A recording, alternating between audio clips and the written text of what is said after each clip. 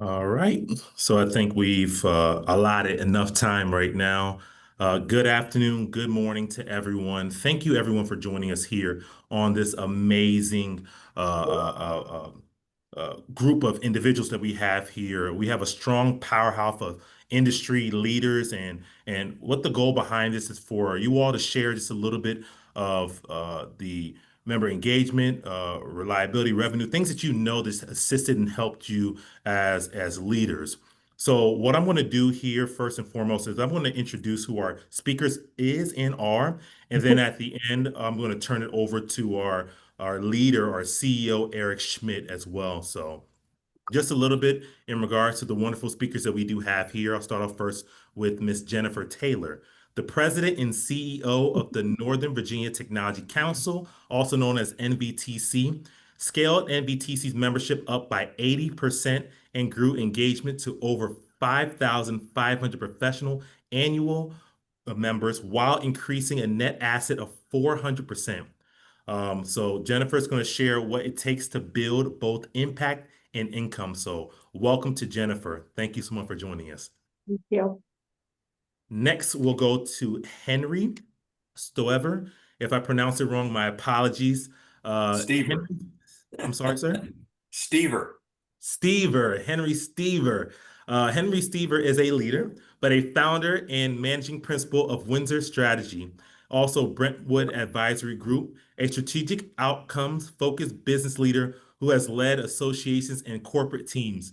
Henry offers a unique perspective on tying engagement, products, and culture to lasting financial growth. Henry, welcome and thank you for joining us. Good to be here with you, Marvin. Awesome. Next, we have Edward Ornelas Jr., president of the Inland Empire Regional Chamber of Commerce. Uh, from taking it from ground up and expanding the impact through media partnership, Edward brings a fresh community-driven view on building revenue from storytelling and events. Edward, we're glad to have you here. Thank you so much for joining us. Thank you for having me. All right. And then next we have Jonah Cunningham, the president and CEO of the National Association of County Behavioral Health and Developmental Disability Directors.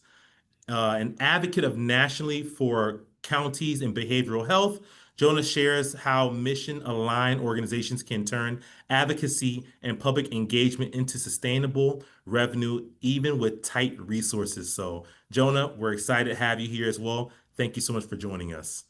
Thank you.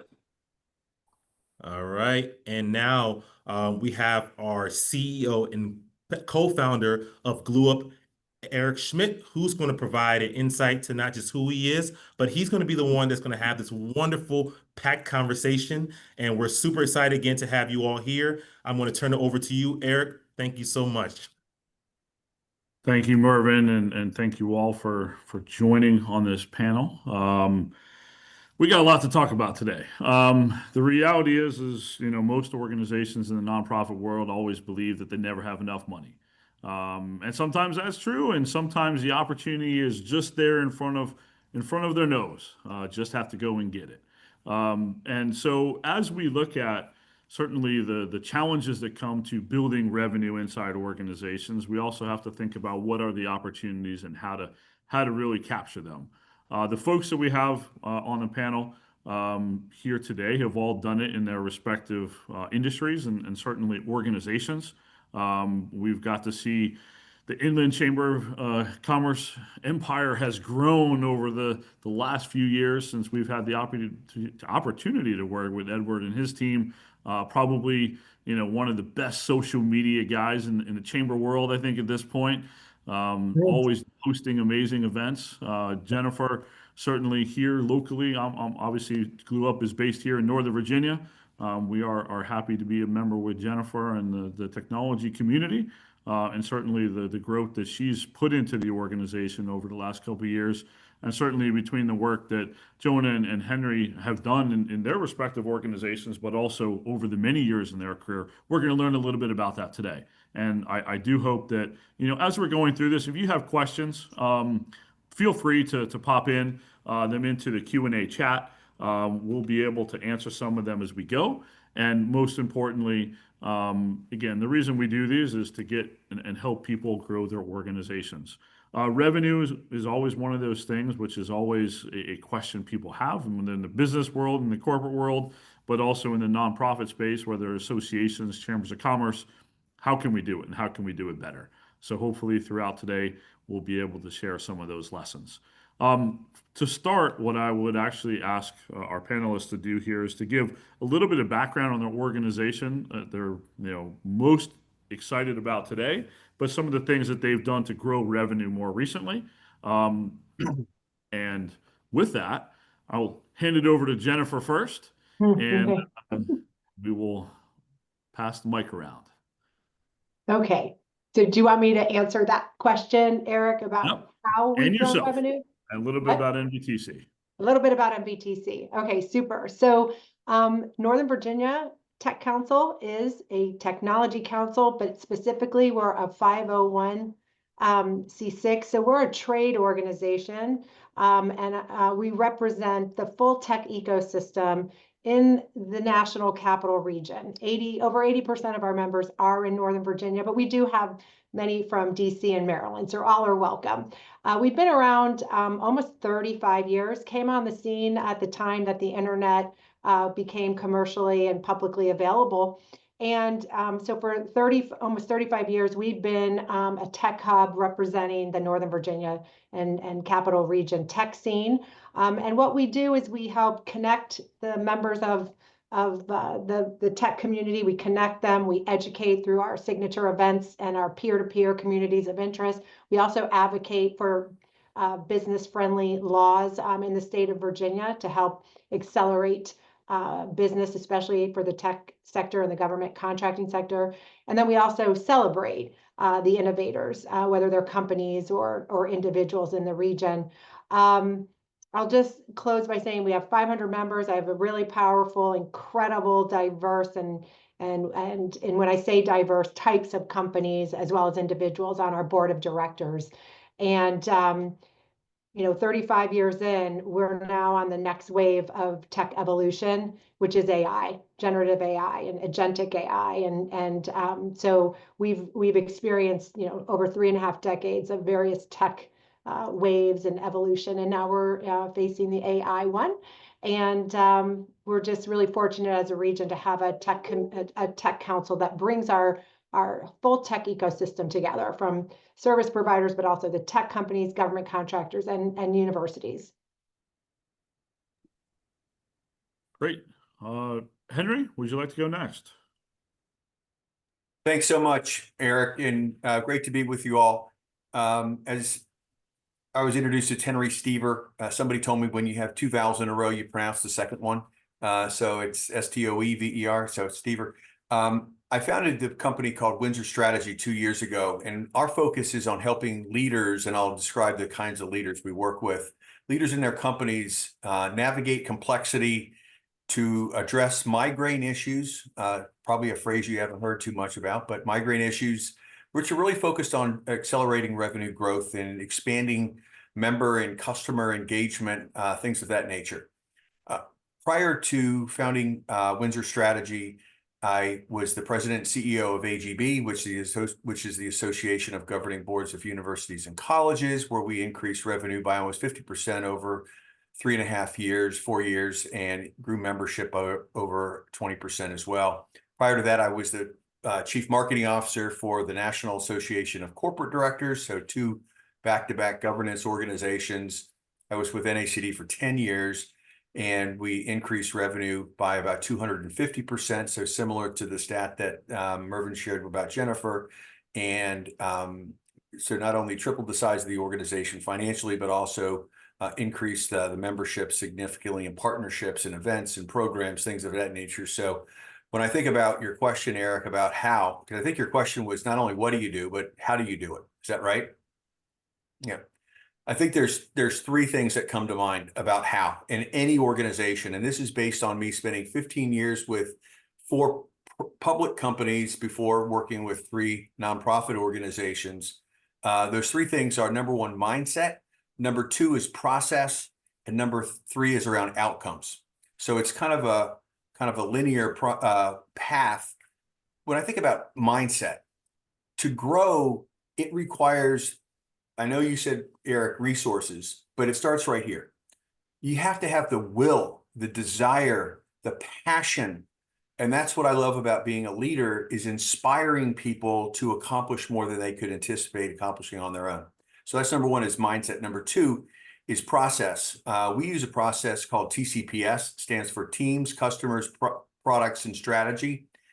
Another kind of an EOS-like model that helps leaders, both boards of directors and leadership teams, deepen their understanding of customers' motivations and priorities, developing products and services that address those motivations. And number four is around strategy. You need to have a game plan. And then number three I mentioned is outcomes. I personally think that all organizations, large, small, public, private, nonprofit, need to think about what are the goals, what are the outcomes that you inspire and aspire to accomplish, and then work backwards. And that's how we help our clients navigate complexity, by saying, what is the end goal? And then work backwards to prioritize the inputs and execute ferociously. So that's my summary, Eric, of what I've done and how we do it. Great. We're gonna of course dissect that as we go through here. But let's go over to Edward. Hello, everyone. Thank you for having me. Good to see you, Eric. It's been a few years, but um, to give you all an idea of where we are, I'm streaming in from SoCal, where I represent a region called the Inland Empire, which consists of two counties, San Bernardino County and Riverside County. That's what's known as the Inland Empire. And to give you all an idea, we're about 50 miles east of downtown LA. And so I started the Inland Empire Regional Chamber from the ground up, from nothing, from scratch, zero money, zero everything. And so I knew I needed a platform that can help me with revenue management, events management, CRM, invoicing, email campaigns, all that good stuff. And I wanted all of this under one umbrella. And that's what I found with GlueUp after looking for software throughout the entire country. Narrowed it down to a couple, and GlueUp was the winner ultimately. But with revenue, it was very difficult in the beginning. But we are very big on programs, events, conferences. So our primary revenue stream is event revenue and membership revenue and sponsorships. As the Chamber of Commerce, we are a 501c6 membership organization. We don't take any government money. I'd rather earn it because I don't want government telling me what to do as a business organization. So make sure to draw that line very, very, very quickly in the sand. But yeah, so we'll dive into a lot more as this meeting goes on. Great. And last but not least, Jonah. So NACBID, or the National Association of County Behavioral Health and Developmental Disability Directors, just say NACBID, please save your breath. And I do not get paid by the letter. How long did it take you to memorize that? I had it written on my hand for the first few months, and then it got smudged, and then I did to freestyle it. But we represent the local public behavioral health and intellectual and developmental disability systems. So these are organizations that are either governmental or quasi-governmental, that by statute, by law, have to direct services or coordinate services. They come in different names, like the Community Service Boards of Virginia, the Local Mental Health Authorities of Texas, the County Behavioral Health Directors of California. But we represent kind of that public system when it comes to behavioral health, so mental health, substance use, and IDD services and coordination. When I took over, our tech infrastructure was fairly nascent. It was we were doing a lot of things by hand. We weren't automating invoices, but thinking about where we were, NACBID was known to be very wonky and to share a lot of resources. So I wanted to automate invoices, have a platform that we could share newsletters and developed those. And by doing that, we've really increased our membership by 30%. We've expanded in different states. We've re-engaged previous members that maybe fell away from NACBID. But all in all, it's been a really good experience with Glue Up. Well, thank you for that. In terms of, and I guess, Jennifer, obviously, in the time that you've been with the organization, you made a big push to drive membership, but also revenue from a couple different places. Can you talk about a little bit about how you went through that process with the board and getting buy-in and thinking about new ways to drive revenue into the organization? Sure. So I am coming on my 5-year anniversary. I started in the fall of 2020 during the pandemic, and the organization was at a pivotal point, regardless of the pandemic.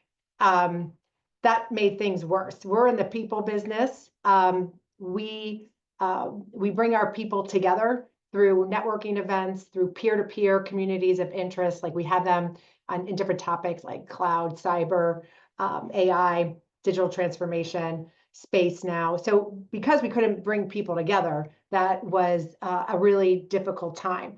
So what I did is I came in and I took the time. I had a board member say to me, and let me be clear, we have 80 board members, but the executive committee is really my main governing board, and they were very helpful to me. One of them said, Jennifer, take advantage of this time. And you could get your head down. I mean, I still had to do a lot of listening tours and meeting our members and board members, but I just really got centered on a few things. And I executed it through a reset and modernization plan. And it sounds really basic, but it was something that was sorely needed. We got clear on our mission, which is to accelerate tech innovation in the region, continue to do that, and be member-centric. I made it very clear to everyone on staff that our members are our employers, and to never forget that. And every interaction that we have with them, I wanted them to feel respected, welcomed, a sense of belonging, all those things. So because I think that there was, maybe the pony went off the ranch on that one. So even though these sound like very obvious things, in my plan that I shared with the staff and I shared with my executive committee, I got clear on everything we're doing needs to be mission oriented, like lines up with our mission. I put everything through that filter.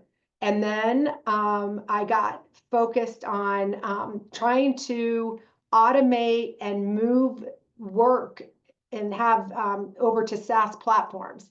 What technologies could help us do our work better, faster, more efficiently, leveraging technology? So I really looked at people, process, technology. Do I have the right people?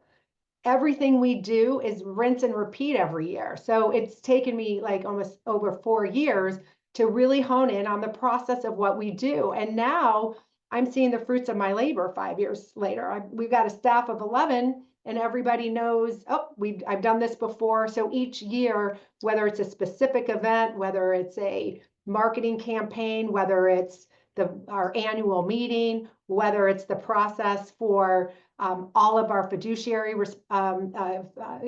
board committees. I mean, we do a lot of things.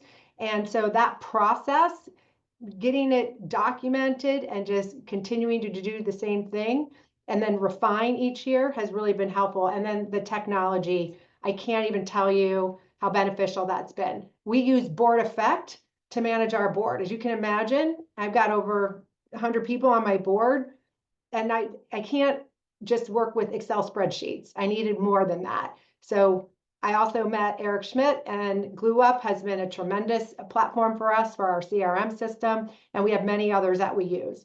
So that is the approach that I took when I first came on board.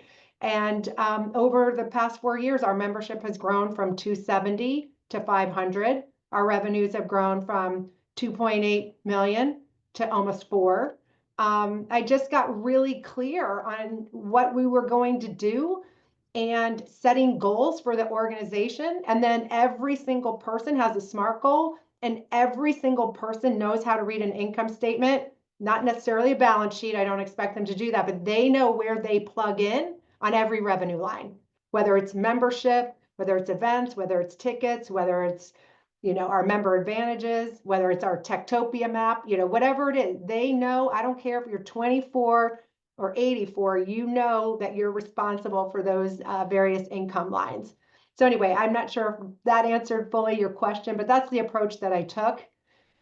Just trying to get everybody on the same page and empower people to also do their roles. I want to be up on the balcony and guiding them. Yeah. Absolutely. And it's an awesome story. Henry, going back and obviously, I know you've helped turn several organizations around. Maybe talk a little bit about that and how you sort of really thought about that same process as it relates to driving revenue and creating new opportunities for the organizations you worked with. Yeah, sure. Thanks so much. It's interesting, Jennifer, we didn't have any prep call before this, but you used a couple of words that are synonymous with what I was talking about. You said goals, I said outcomes. You talk about empowerment, I talk about mindset. So there's a lot of similarities in there around leadership, inspiration, things of that nature. But so Eric, to your question, I'm going to build on my three things before when I said mindset, process, outcomes, and I'll kind of build on each of those three. So from a mindset perspective, the first thing I did when I joined AGB, so I joined AGB in July of 2019. So 6-8 months before this thing called COVID came around. And I used two kind of quotes that you all have heard. One is from Simon Sinek, start with why. And that really was the kind of the grassroots of our new vision, of creating a new vision. And the second part was from Wayne Gretzky around where's the puck going to skate to where the puck's going to be. So we had this new vision that we worked with the board and the leadership team, and we created kind of set of goals and outcomes of where we wanted to be. Again, we started this process 8 months before COVID. And I'm here to tell you that we increased revenue by over 50% during COVID. So it was actually a good thing. So start with why. AGB is focused on governance, has been for 100 years, but that's not the why in my mind.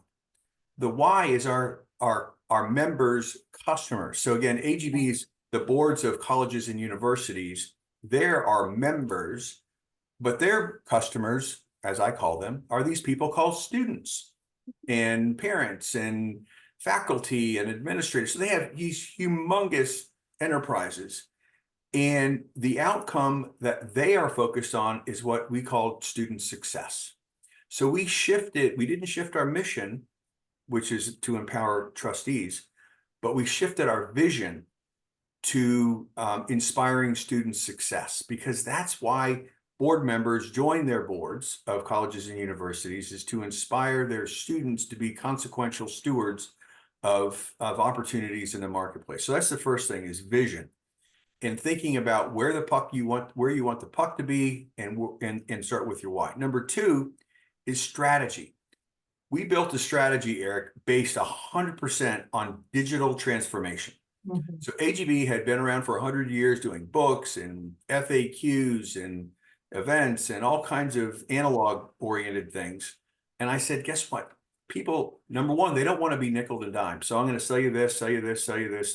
So what we did is we totally revamped the member value proposition by also transforming our digital infrastructure, similar to what Jennifer said, but it was more about products and services that could impact the member, not just our operations. And that paid massive dividends, because when this COVID thing came around and you couldn't do in person and all that jazz, you had to have digital engagement. And number three is that word I just said, engagement. We established a mindset and an outcomes all around engagement. So meeting the member where they want to be met within the context of where they want to be met, i.e. topically or modality or geographically, because we had members all around the world, and everybody around the world was facing this thing called COVID. So Eric, my summary is around vision, skating to where the puck will be, thinking about, starting with why do you exist? And also, what would happen if your organization didn't exist? So why does your organization, and what would happen if your organization didn't exist? And then think about your strategies, and then think about those engagement opportunities, because at the end of the day, as Jennifer, Jonah, and Edward know, nonprofits exist to deliver incredible value, and you have to Yeah. do that through some kind of engagement strategy.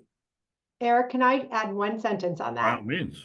So I'm building on what Henry's saying. One of the first things I did, like in my first few weeks, is I created a dashboard that answers those questions. So every one of my board members and everyone on the team understands what the outcomes are. And we measure it in 3 ways. What is the impact we're having in the community for our members too? 2, what's the engagement? So it's impact, our relevance. Our relevance, I measure that through how many people are engaging with us, what's our net promoter score result, how many people are engaging with us on social. We have various metrics. So impact, relevance, and revenue. That's the easy one. So I'm just building on what Henry's saying, is that's the approach we took. And it just gets everybody focused on why we exist. Mhm. Yeah. And Good it stuff. might sound so obvious, but it was never put on paper. So, Sometimes going back to the basics is the answer to everything, or right? I should say, put on a digital tool. Yeah, Edward, you want something to yeah, add there? and I'll say something as well. When I started the Chamber of Commerce in 2015, I knew I did not want to be like every other chamber out there. Chambers are old school dinosaur business models, and they really haven't adapted to new and modern ways of providing value for their members.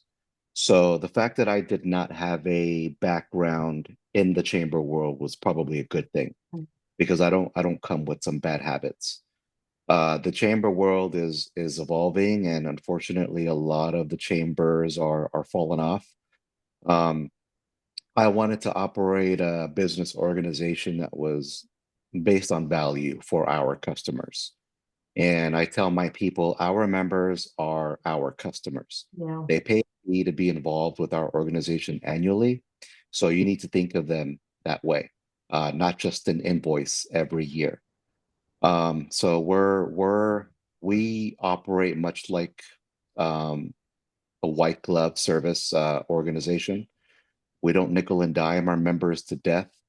In the chamber world, we charge a premium. Our membership dues are anywhere from 2,000 to 5,000 a year. And so with that, once a member comes on board, they pay their annual fee. They can onboard unlimited employees. They attend all events for free. And that's the type of value that I wanted to provide, something different, so where we're not nickel and diming our members to death.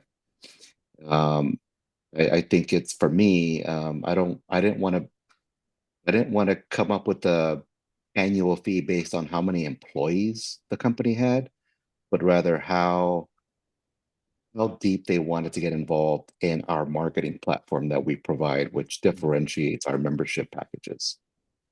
So, I want to operate in the premium space within the region. So a lot of our members are mid to large size enterprises. That's kind of the pool that we swim in. So a lot of our engagement comes from senior level executives in those mid to large size companies. And when you're dealing with that type of demographic, you need to operate differently. Everything needs to be done at a high level with white glove service. So, um, which brings me to, that's what Glue Up helped me to provide. They gave me the high end visuals to be able to support all of this with the events, templates, and the registration process, and how everything is so streamlined, and every component communicates with each other, from email marketing to events to CRM. That's exactly what I needed to work smart and not harder, because in the beginning, it was just me for many years doing everything. So I needed a tool that could help me look as if I have 100 team members when really it's just me. And that really, really helped me shine in the very beginning. Edward, how many events programs are you doing per year? We cover a large geographical area, so we're hosting anywhere from 3 to 5 business-related events per month in different cities. Wow. 2024, how many in total? How many events in total in 2024? I would say about 60, 60. Awesome. And these are events anywhere from our flagship annual conferences to networking events to workshops, um, business showcases. So, we host 2 economic forecast conference events every year. We host an annual educational workforce summit every year, commercial real estate. Um, and we're very boots on the ground. When a new member comes on board, in lieu of a ribbon cutting ceremony, we like to host a new member reception where we invite all of our membership out and general business community members as well to our new members' place of business to highlight that company, show off their products and services. During lunch, we'll do networking, we'll do some speakers, and that averages about 75 to 100 attendees. Our annual conferences average anywhere from 3 to 400 attendees. Awesome. And interesting, you said on how your membership is structured. When we were doing this, we did this similar webinar on Tuesday for European associations and chambers of commerce.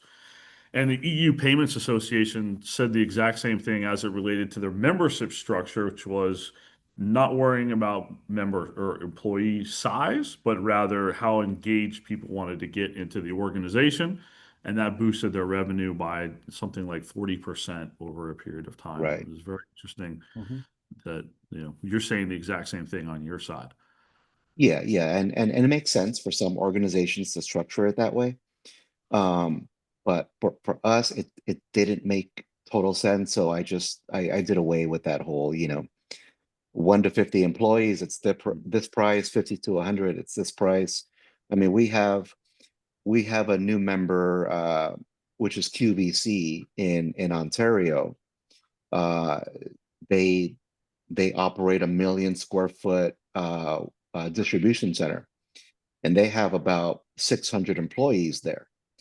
And at 600 employees, if we were structured to give a price on employee count, it would probably be very high, but 90% of those employees aren't going to engage with the chamber. It's only going to really be the executive team. Mhm. Absolutely.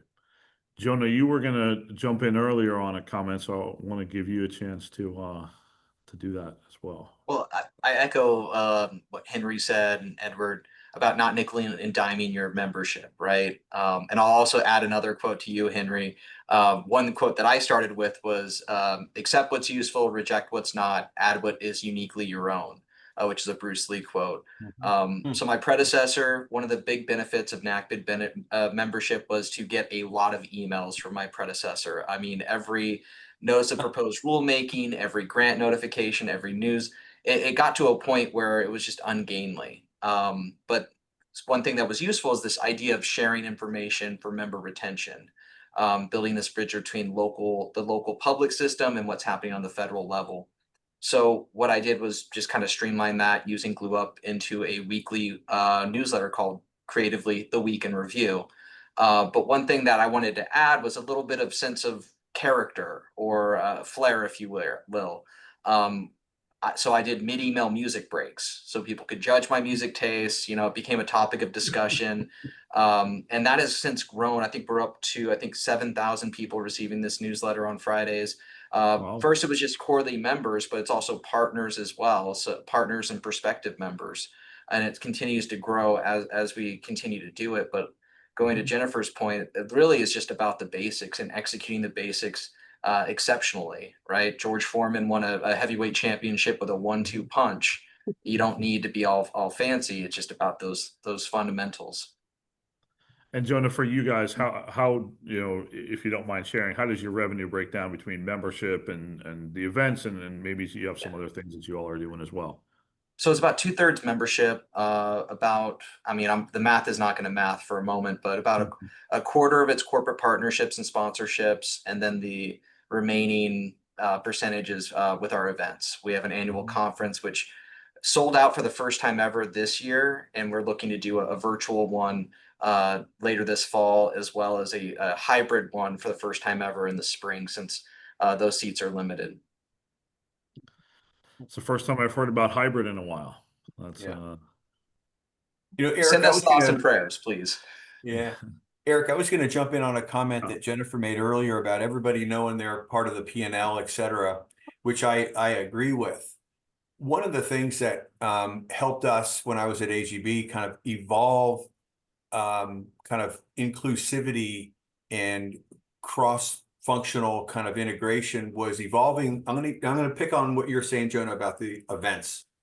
So historically, when I was at AGB, at NACD, it was all, we call it butts in the seats. How many people, paid butts in the seats?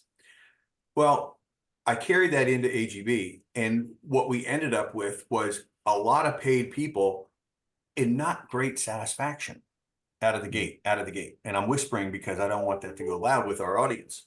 So and our margin was a little shaky. Now, some people in nonprofits say, well, margin, we're a mission-oriented organization. I'm like, yeah, but we have these things called bills to pay, and we have people to pay and all that. We can't just crank the revenue and forget about the margin. So we shifted our goals for the events team to two things that were derivatives of the P&L.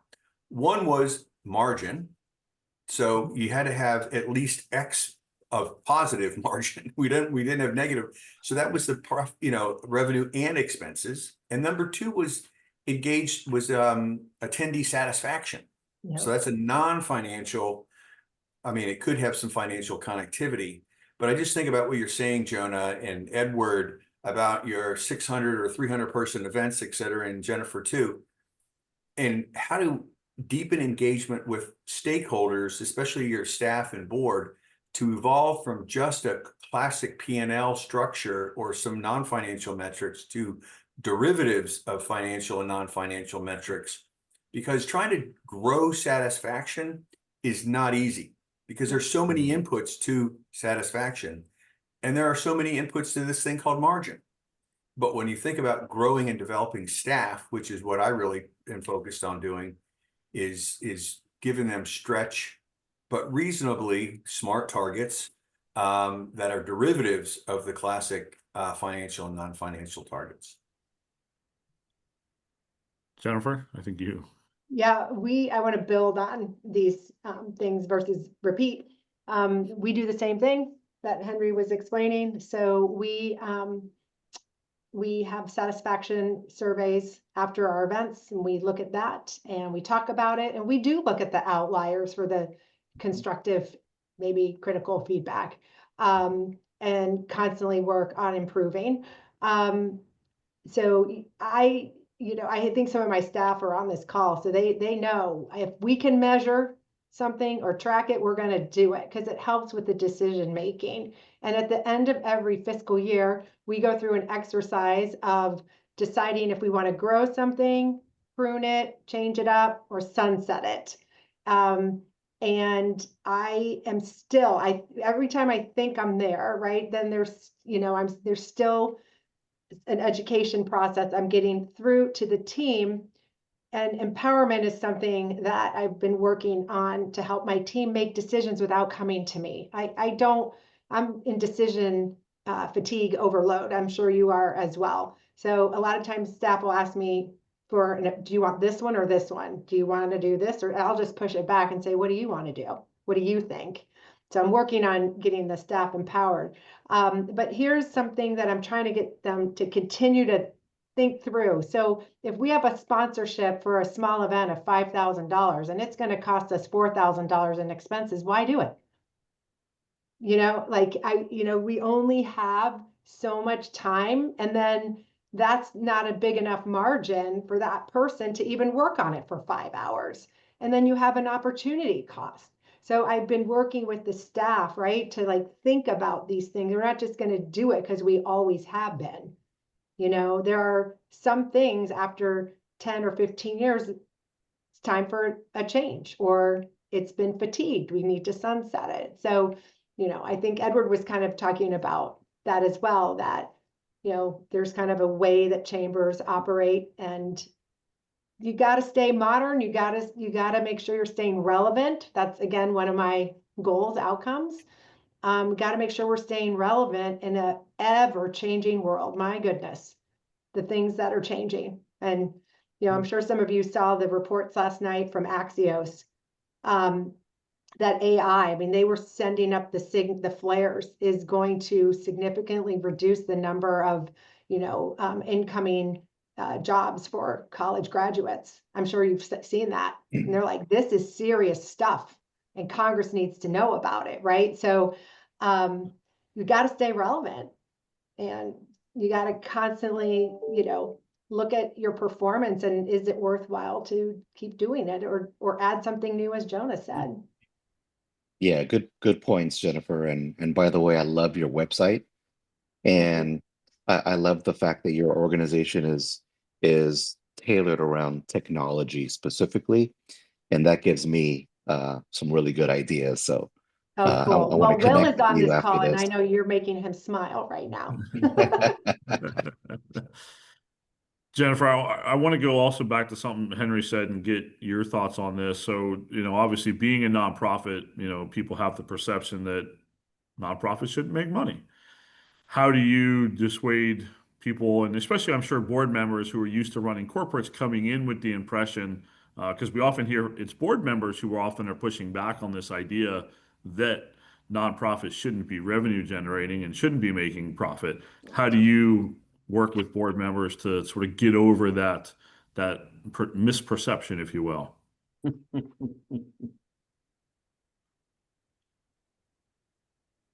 Was that me or Jennifer? That was Jennifer. Oh, Okay. so Yeah. sorry. Go ahead. But you can I'm answer gonna it, have you Henry. repeat it. Well, I'll jump in. So Yeah, sorry. Jennifer, Eric asked about how do you overcome, he specifically asked about board members' perspectives around financial kind of focus and emphasis, specifically revenue. I would say broaden it out, Eric, because it's not just, board members, could be staff, and primarily more staff than board members sometimes, because board members may have more of a business acumen and a business mindset that they bring to the boardroom. My thinking is, and this is going to be very specific and might not be appropriate for everybody. So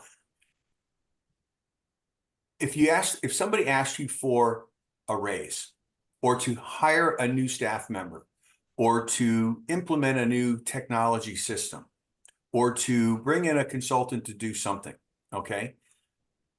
A way to answer that question is, well, how are we going to pay for that?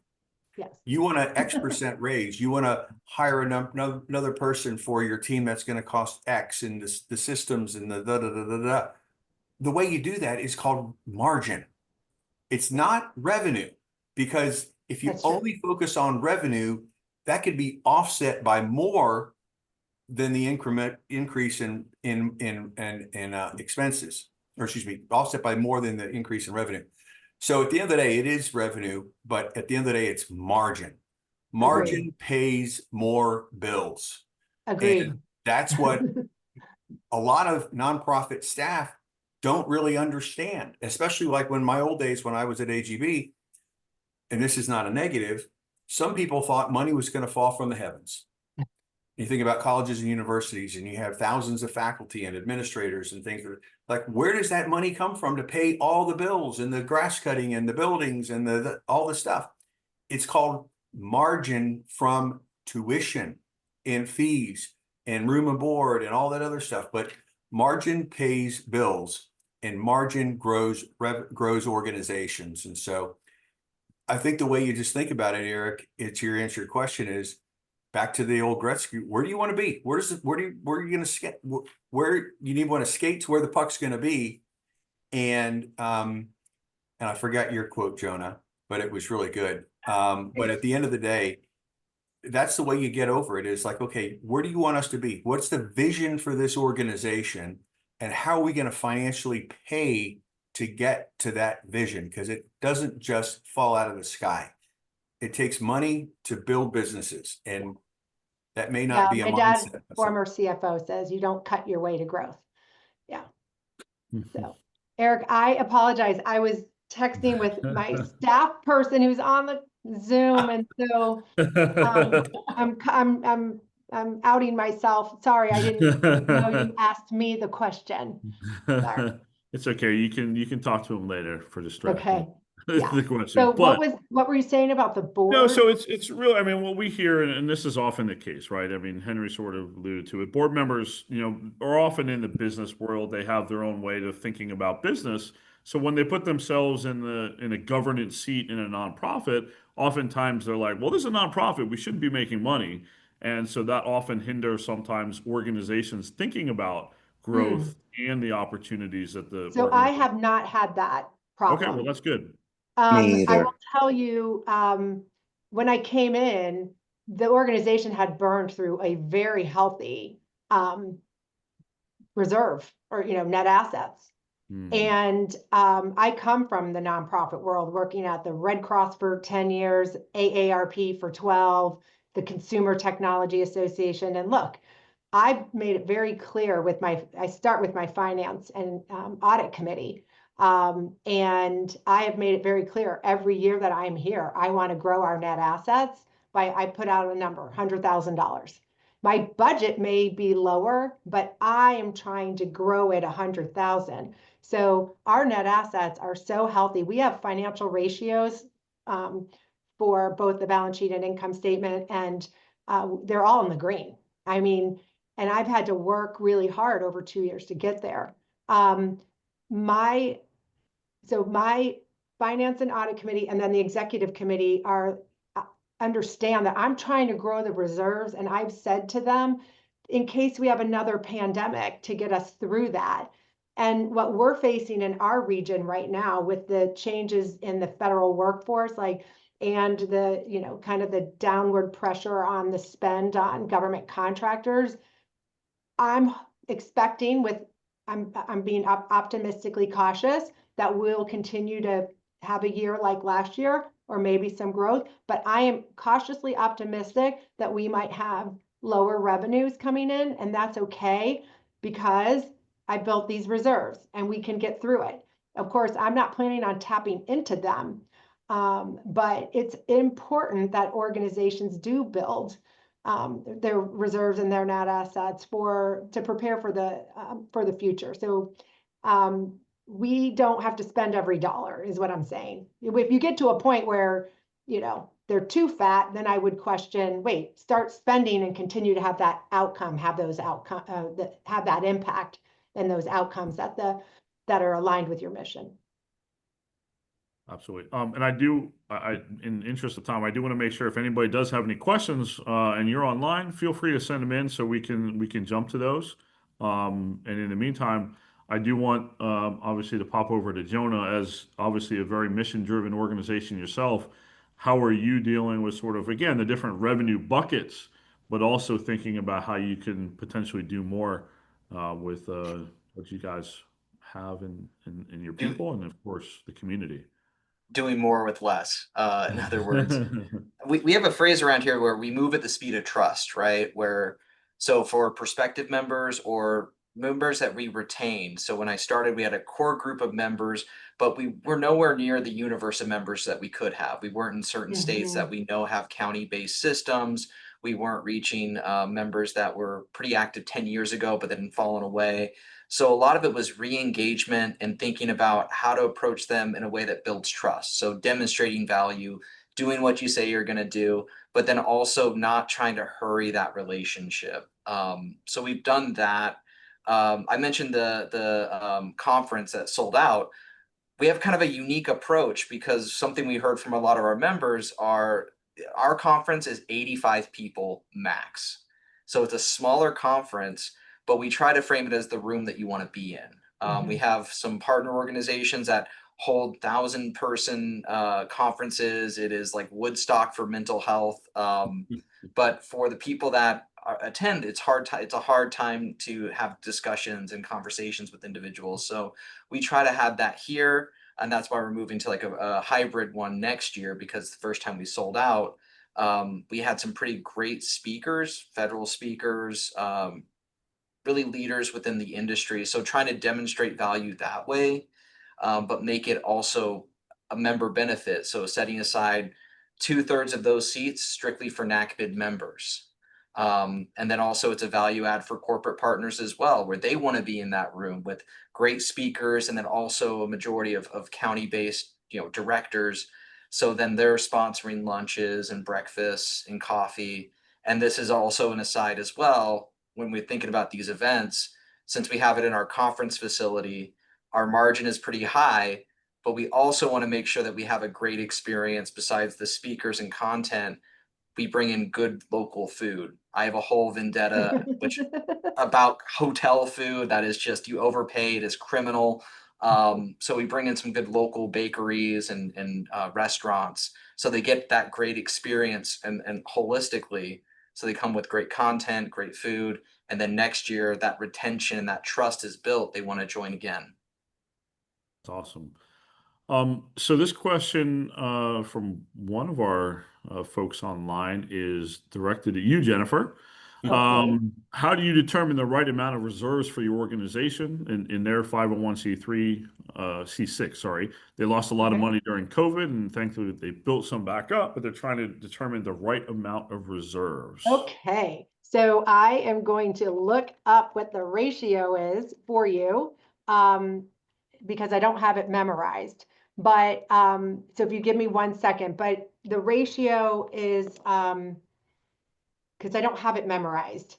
What's in the denominator and the numerator, but I know that the ratio is about 30%. If you take another question, I'll pull it up and then I'll give you the math. Well, Eric, Okay. here's another, while she's pulling up the ratio. Yeah.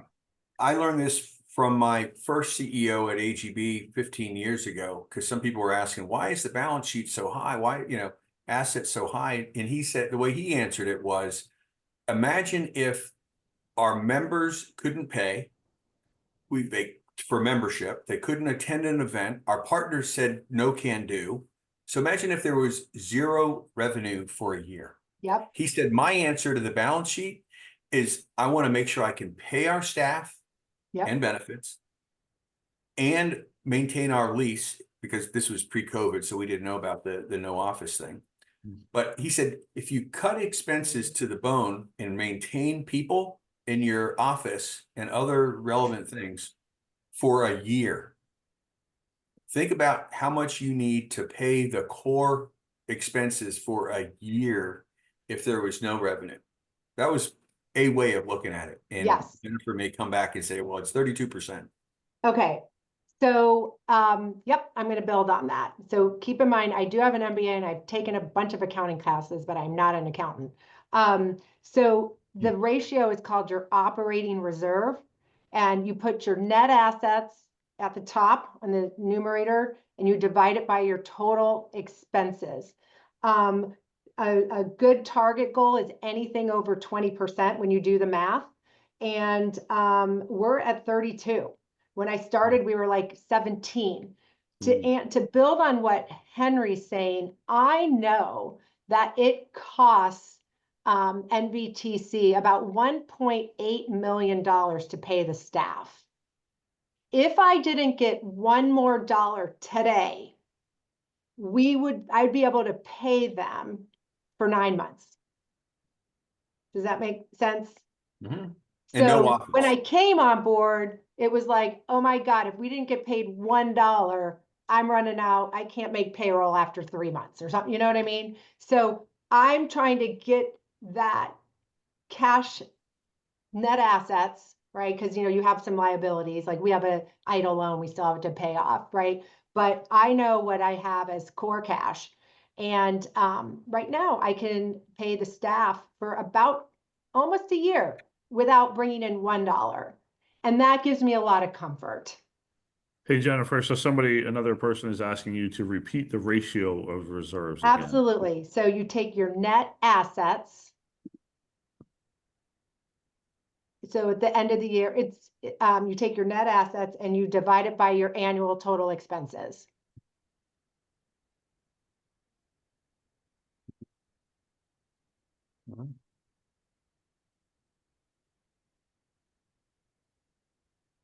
Great.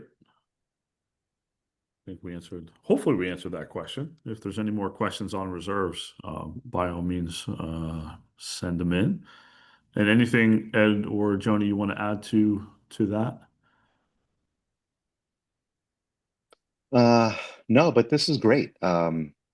It's good to hear other perspectives from other people in the nonprofit world. So we should keep this going, Eric. Yeah. Absolutely. You know, one of the things that we continue to talk about is revenue and really how to, how to help organizations at the end of the day grow revenue, because that's the thing. And going into this environment, well, I shouldn't say going into it because we're in it now. There's so much uncertainty that exists for every organization today with what's happening at the federal government that nobody knows what tomorrow might bring. And, obviously having those reserves, having a clear idea of what's ahead. Some organizations are going to benefit, some organizations are going to get hurt. And, nobody knows today who that is, who's the winners and losers. But at the end of the day, obviously we hope everybody wins. And, that's hopefully what we can all learn by learning together. So, Yeah. And I'll just add, if it sounds confusing, you get your net assets at the end of the year. It should be on your balance sheet. And then you go and you know what your expenses are. You should be able to get that on your year-end income statement, and you just do the math that way. all right, we'll take one last question and we'll wrap it up. What are some strategies for helping associations to view their technology stack, data and data governance as a way to achieve operational efficiency needed to grow revenue? Let anybody hop Can in. you repeat that question? What are some strategies for helping associations to view their technology stack, data, and data governance as a way to achieve operational efficiency needed to grow revenue? Well, I'll That's jump in and give you a little thumbnail, but go ahead, Ed. Sorry. no, I was just gonna say I can't retain that much information all at once in a question. So you go ahead. I know it's a lot of it. So one of the things that I try to do is simplify the complex. Because I admit that world is complex, businesses are complex, nonprofits are, I try to simplify complexity. And that's why I mentioned before that we help our clients navigate complexity. But so to answer the person's question, I personally think about outcomes. What are we trying to deliver financially and non-financially to our members, to our staff, to our other stakeholders? What are our outcomes? And then work backwards and figure out what are the inputs required to deliver that value proposition. Yeah. Because it's about engagement. It's about delivery, about creation and delivery of product. And I think, Joni, you were talking about what do you keep, what do you prune, what do you spruce up a little bit. But at the end of the day, that tech stack can become too big, because if you try to add, Yes. it can be overwhelming. No doubt, even for a small nonprofit with a dozen people or less. Yeah. So to me, Eric, it's about what are the key inputs that are required to drive the prioritized outcomes. That's so well and done. Be razor focused on leveraging what you need versus what you want. Because your crazy brain is going to make you think, oh, I need, but you don't need. You need a few things to drive. And I'm pro tech. Don't get me wrong. I'm very pro tech, but it can become overwhelming if you add too much complexity to a relatively simple customer journey for a small nonprofit. That's great advice, Henry. When I look back over the last 5 years and being a first-time CEO, and I told you I wanted to I did a modernization, like reset plan. So then I got a little excited about different platforms, software platforms, and we made some mistakes. There were some that I bought into and were useless. And we've had to eat it. And when I'm hard on myself about it, you know, and my father is like my mentor and a former CFO. He's like, Jennifer, you're gonna, you know, there's gonna be times you took a chance, you took a risk, you know, you're gonna fail, you're gonna make some mistakes. It wasn't like hugely detrimental, you know, to the bottom line. But my advice to a new CEO or any CEO is building on what Henry said, only purchase the technology for what you need or to achieve those outcomes and what you can handle. Because some of them require a lot of manpower to either like learn how to use it or then integrate it into another system. So we've been layering it on year over year, and I'm letting each team member like become a subject matter expert on their area, whether it's Glue Up, we use Acton for email, we use Board Effect for our board. So And we're here's another way to think about how to keep it simple. And I know Eric Glue Up does this very, very well. I had a consultant tell me like 15 years ago when we were adding Salesforce and Marketo and all kinds of stuff when I was at NACD. And he said, do not customize the software out of the box for at least a year. Because natural human instinct is to say, well, I need to do this and I need to tweak that. And our members are special and our no. Too And early. he used Too early for that. he used Excel as an example. He said, what do most people use Excel for? Adding maybe a graph, but basic multiplication. But he said, how many people use it for regression analysis? Like 0.2%. How many people know how to do pivot tables? 0.1%. I'm just making this up. Yeah. And just think about that. Software is so powerful, but instead of changing the software, change your brain and what you think you need. And if you're going to buy Glue Up, I'm making, you know, which you should do, use it, but don't need to have a layer and a layer and a layer, because every time Glue Up changes, the layer needs to change and the layer, and it's going to be broken. And then you're going to be upset. And we don't want to upset people. We want happy employees. Absolutely. And on that note, we will close it up for today since we are over time. We like to keep things on track, and certainly people who have different things to get to, we will let them do so. But thank you all very much for your participation in our panel today. Obviously talking about revenue strategies and growth and all the fun things that come along with it. So Henry, Edward, Jennifer, and Jonah, much appreciated for your time this afternoon. It's still early morning for Edward over in California, but everybody else, thank you for joining, and we look forward to seeing you all again. Have a great rest of your day. You too. Thanks for Take having care. us. Thank you. You Good guys. seeing you, Edward and Jonah. Thanks, Eric. Good seeing you, You too. Jennifer. Take care. Bye.